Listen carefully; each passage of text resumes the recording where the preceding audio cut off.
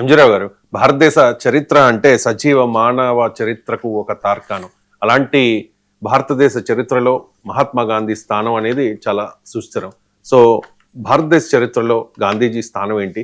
ఎందుకంటే ఈ మధ్యకాలంలో చూస్తూ ఉంటే గాంధీజీని విమర్శించడం, కనీసం ఆయన గురించి కనీస అవగాహన లేని అనేక మంది ఆఫ్ నాలెడ్జ్ పర్సన్స్ ఆయన విమర్శించడం ఎక్కువైపోయింది. సో భారతదేశ చరిత్రలో మహాత్మా గాంధీజీ యొక్క ప్రస్థానం ఏంటి, స్థానం ఏంటి? ఎస్ అంటే ఒక్క మాటలో చెప్పాలంటే మహాత్మా గాంధీ నిర్వహించిన ఒక సాల్ట్ మార్చ్ అనేది ఒకటి ఉంటుంది, దండి మార్చ్ అనేది ఉంటుంది, ఉప్పు సత్యాగ్రహం. ఈ ఉప్పు సత్యాగ్రహం అనేది భారతదేశ చరిత్రలో గత 7,000 సంవత్సరాల క్రితం నడిచిన రావణ యుద్ధంతో పోల్చిన, 3,200 సంవత్సరాల క్రితం సుమారు నడిచిన కురుక్షేత్ర యుద్ధంతో, శ్రీకృష్ణుడు నిర్వహించిన కురుక్షేత్ర యుద్ధంతో పోల్చిన, తర్వాత 2061 అంటే 2,000 సంవత్సరాల క్రితం అశోకుడు అహింసా యుద్ధం, అహింసగా మూర్తిగా మారిపోయిన అశోకుడు నిర్వహించిన కళింగ యుద్ధంతో పోల్చిన, ప్రపంచంలో ఏ ధర్మ యుద్ధాలతో పోల్చిన గాంధీ మహాత్ముడు నిర్వహించిన ఉప్పు సత్యాగ్రహం చాలా చాలా పెద్దది. ఏంటి ఎలా అంటున్నాను అంటారు. అంటే గాంధీ యొక్క ఎంత గొప్పోడో మానవ చరిత్రలో అండి, ప్రపంచ మానవ చరిత్రలో, భారతదేశ చరిత్రలోనే కాదు, భారతదేశ చరిత్ర అంటే ప్రపంచ మానవ చరిత్రే, ఎందుకంటే సజీవ సంస్కృతి కాబట్టి ఇది. దానికి గాంధీ అది ఎలాగో చూద్దాం. ఇది నేను చెప్పే మాటలు వెబ్ మిల్లర్, అమెరికన్ జర్నలిస్టు, 1930 మే 21వ తారీఖున ఆయన దర్శన అనే గుజరాత్లో దర్శన అనే ఒక విలేజ్లో ఉంటాడనమాట. వెబ్ మిల్లర్ ఆయన మాటల్లో చెప్దాం ఎంతటి గొప్పదో. ఈ మే 21వ తారీఖున మహాత్మా గాంధీ జైల్లో ఉంటారు.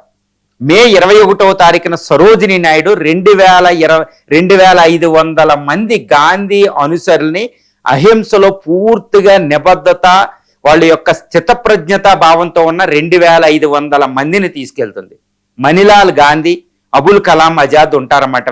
వీళ్ళని 28 గంటలు అక్కడ దర్శన దగ్గరికి వస్తారు. ఎందుకంటే బ్రిటిష్ పోలీసులు 400 నుంచి 500 మంది బ్రిటిష్ పోలీసులు ఉంటారు, ఇనుప లాఠీలు పట్టుకుని ఉంటారు.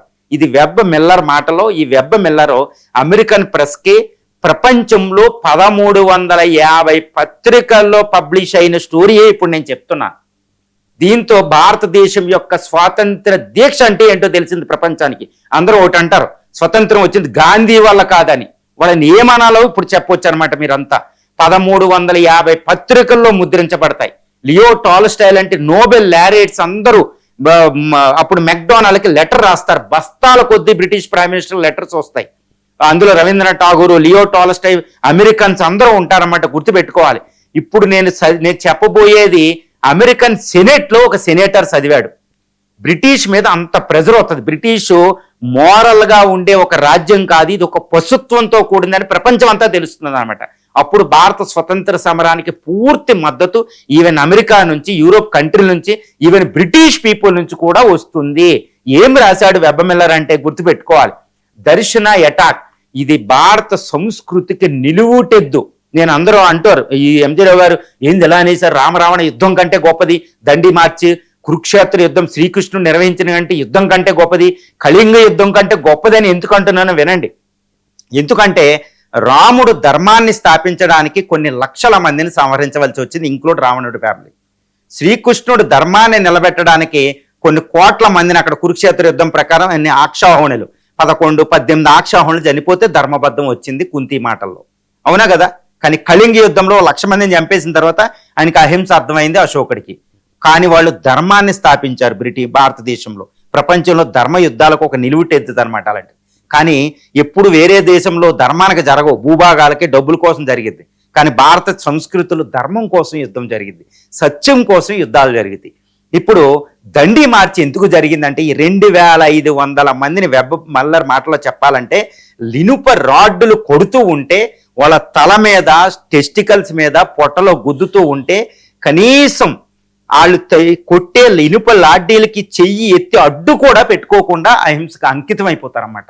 ఎవడైనా దెబ్బ కొట్టేవాడిని దెబ్బ కొట్టడం ఈజీ, గుర్తుపెట్టుకోవాలి. తెలియకుండా మన మీద దెబ్బ పడితే అది వేరు. కానీ దెబ్బలు కొడుతున్నారు, నా తల పగిలిపోతుంది, నా టెస్టికల్స్ చితుకుపోతున్నాయి, నేను చనిపోతున్నాను అని తెలిసి కూడా వాడు దెబ్బలు కాసుకోవడం అంటే అది రియల్ అహింస అనమాట. 2500 మందిలో 320 మంది గురవుతారు, 4 మంది చనిపోతారు. మొత్తం రక్తం ఒక రోజు కొడతారు ఇనుపలాడ్డులతో. ఇది వెబ్ మిల్లర్ దీన్ని చెప్తాడనమాట. ఆయన ఒక మాట ఎలా ఉంటుందంటే, పొరపాటు నేను జీసస్ క్రైస్తు సిలువ వేసినప్పుడు అక్కడ ఉన్నానేమో, అహింస అంటే ఇలా ఉంటుందేమో, భారత సంస్కృతి అంటే ఇలా ఉంటుందేమో అని ఆయన కన్నీళ్లు కారుస్తూ చెప్తే దాన్ని బ్రిటిష్ టెలిగ్రాఫ్ వాళ్ళు ప్రొడ్యూస్ చేయరు. ఆయన చాలా జాగ్రత్తగా అమెరికాకి లండన్కి పంపిస్తాడనమాట. అవి 1350 పేపర్లో ప్రింట్ అవుద్దండి. ఆయన ఒక మాట అంటాడనమాట. లూయిస్ ఫిషర్ తన ఆటోబయోగ్రఫీలో రాస్తాడు, Gandhi and his message to the world అనే బుక్లో రాస్తాడు. ఏమని అంటే, ఇఫ్ గాంధీ వాంట్స్ ఈ కెన్ ప్రొడ్యూస్ 30 crores గాంధీస్. అదనమాట. అప్పుడు 30 కోట్ల మంది గాంధీలు తయారన్నారట. అహింస సైన్యం దాన్ని ఓడించలేరు. ఎందుకంటే అహింస అనేది ఆ యొక్క దేవుడు అస్త్రం అనమాట. దేవుడు వచ్చినా ఓడిపోతాడు అహింస ముందు.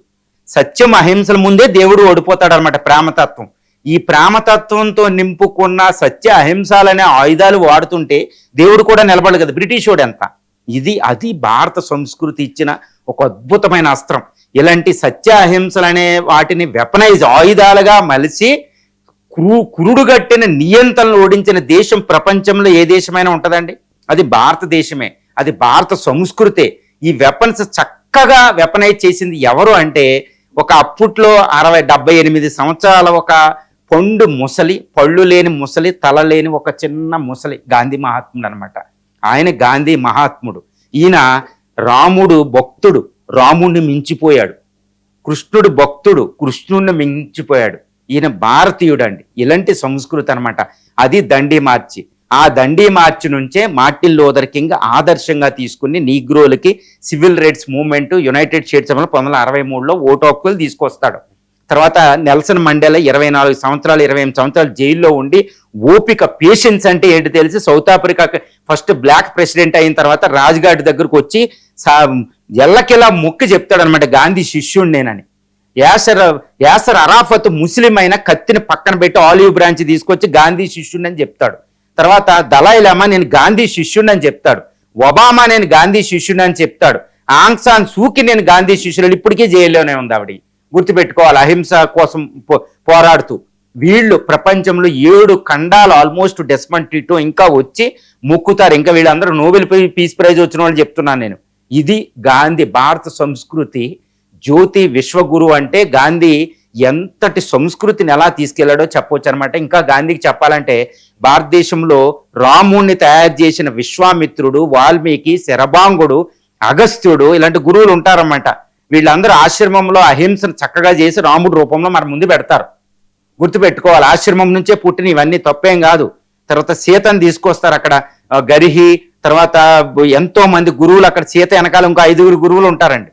వాళ్ళు సీతను తీసుకొస్తే భారతదేశం అద్భుతమైన సంస్కృతి కింద మలుస్తుంది. కానీ ఒకటి గుర్తుపెట్టుకోవాలి, రామాయణం భారత సంస్కృతికి మూలం కాదు, భారత సంస్కృతిని సుసంపన్నం చేసింది ముందు ఉన్నదాన్ని గుర్తుపెట్టుకోవాలి. అలాగే శ్రీకృష్ణుడు కానీ ఒక ఆశ్రమాలు తయారు చేసినాయి.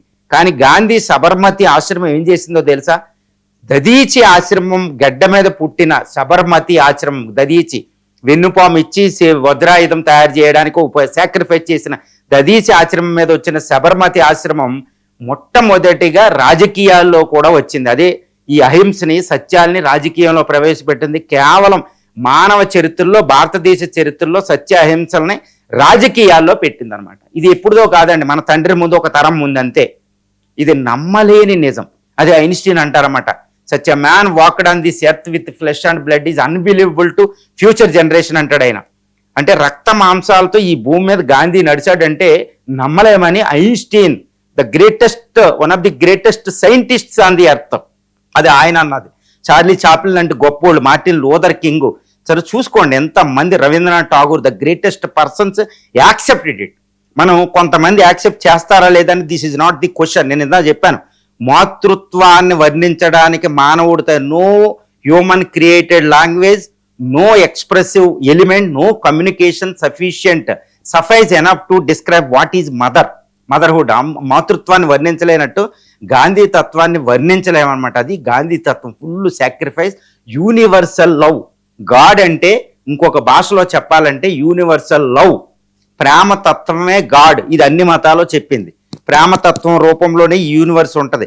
గ్రహాల మధ్య ఆకర్షణ శక్తి రూపంలో ఒకటి ఉంటుంది, భార్యాభర్తల బంధం, తల్లిదండ్రుల బంధం, జంతువుల మధ్య కూడా ప్రేమతత్వం ఉంటది. ఈ ప్రేమతత్వమే గాడు. ఆ ప్రేమతత్వానికి నిలువుటెత్తు నిదర్శనాలు సత్య అహింసలు. వాటిని ఆయుధంగా మలుచుకున్న వాడి కంటే ఇంకెవరైనా గొప్పోళ్ళు ఉంటారా? ధర్మం కోసం యుద్ధం చేసిన వాళ్ళ కంటే ధర్మం కోసం ఆయుధం పట్టకుండా సత్యహింసలు అనే వాటిని ఆయుధాలుగా మలుచుకున్న వాళ్ళు భారత సంస్కృతి ఇంతకంటే మించిన వాళ్ళు ఉంటారంటే అవతార పురుషుల కంటే దేవుళ్ళ కంటే ఎందుకంటే సత్యహింసలే గాడు కదా. అలాంటప్పుడు సత్యహింసను వెపన్స్ గా మార్చుకున్నప్పుడు గాడు కూడా వాళ్ళకి నమ్ముతాడు. దాన్ని ఏమంటారంటే భాగవతంలో ఉంటదన్నమాట. యశోద కొడుతుంటే శ్రీకృష్ణుడు ఎందుకు పరిగెట్టాలి, రోలుకు పరిగెట్టించుకుంటాడు. మనం భక్తిపూర్వకంగా చదువుకుంటున్నాం. ఒక ముసలోడి చేతిలో శ్రీకృష్ణుడు దెబ్బలు తింటాడు, ఎందుకంటే భక్తి తత్వం ఉంటది. మరి మాతృత్వం ఇంతకంటే గొప్పది. భక్తి తత్వం మాతృత్వంలో మాతృత్వం గొప్పది కదా. అలాంటి మాతృత్వానికి నిలువుటెత్తిన సత్య అహింసలను ఆయుధంగా చేసుకున్న గాంధీ కంటే గొప్పవాళ్ళు ఉంటారా? ఇది అర్థం చేసుకోవాలంటే మీ మనసు అంతర్ముఖులై వినాలి. ఇది మనసుతోనూ మాటలతోనూ చెప్పేది కాదనమాట. ఇది ఇట్స్ బియాండ్ అనమాట. అలాంటి గాంధీని భారతదేశం మాత్రమే పుట్టించగలదు. ఇది వెస్టర్న్స్ అన్నమాట అనమాట.